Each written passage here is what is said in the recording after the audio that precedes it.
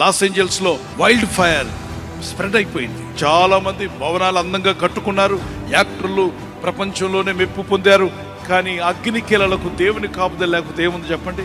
పేకమేడలా కాలిపోయేగా పెద్ద పెద్ద భవనాలు కూలిపోయాయి.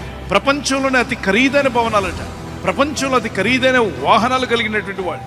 కానీ కార్లు కాలిపోయి, ఇళ్ళు కాలిపోయి బూడిదైపోతుండగా కంటితో చూడటం తప్ప ఏమీ చేయలేకపోయారు. జనవరి 5న వాళ్ళు ఒక ఫంక్షన్ పెట్టుకున్నారు. హాలీవుడ్ యానివర్సరీ జరుపుకుంటున్నప్పుడు అక్కడ లాస్ట్ లో దేవుడిని ఎగతాళి చేసేలాగా ఒక మాట చెప్పారు. God has got only 0 mark. ఈ సృష్టికర్తకు 0 మార్కులు వచ్చాయి. పక్కపక్క ఈకిలించారు, సకిలించారు, నవ్వారు. నవ్విన రెండో రోజే ఈ మంట అంటుకుంది. మరి దేవుడు పెట్టలా మంట, మా సహజంగా ఎవడో పెట్టాడు, అది అంటుకుంది.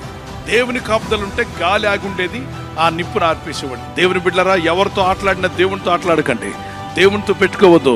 మోసపోకుడి, దేవుడు వెక్కిరింపబడు. మనుషుడు ఏమి విత్తును ఆ పంటనే కోయను. యెహోవా పట్టణమును కాపాడిన కావలి కాయవారు ప్రయాసము వ్యర్థమే.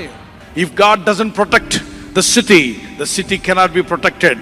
కనుక దేవుని కాపుదల మనకు కావాలి. Pray for California, pray for Los Angeles, pray for every God shell. ప్రభువా, నష్టపోయిన వారిని జ్ఞాపకం చేసుకో.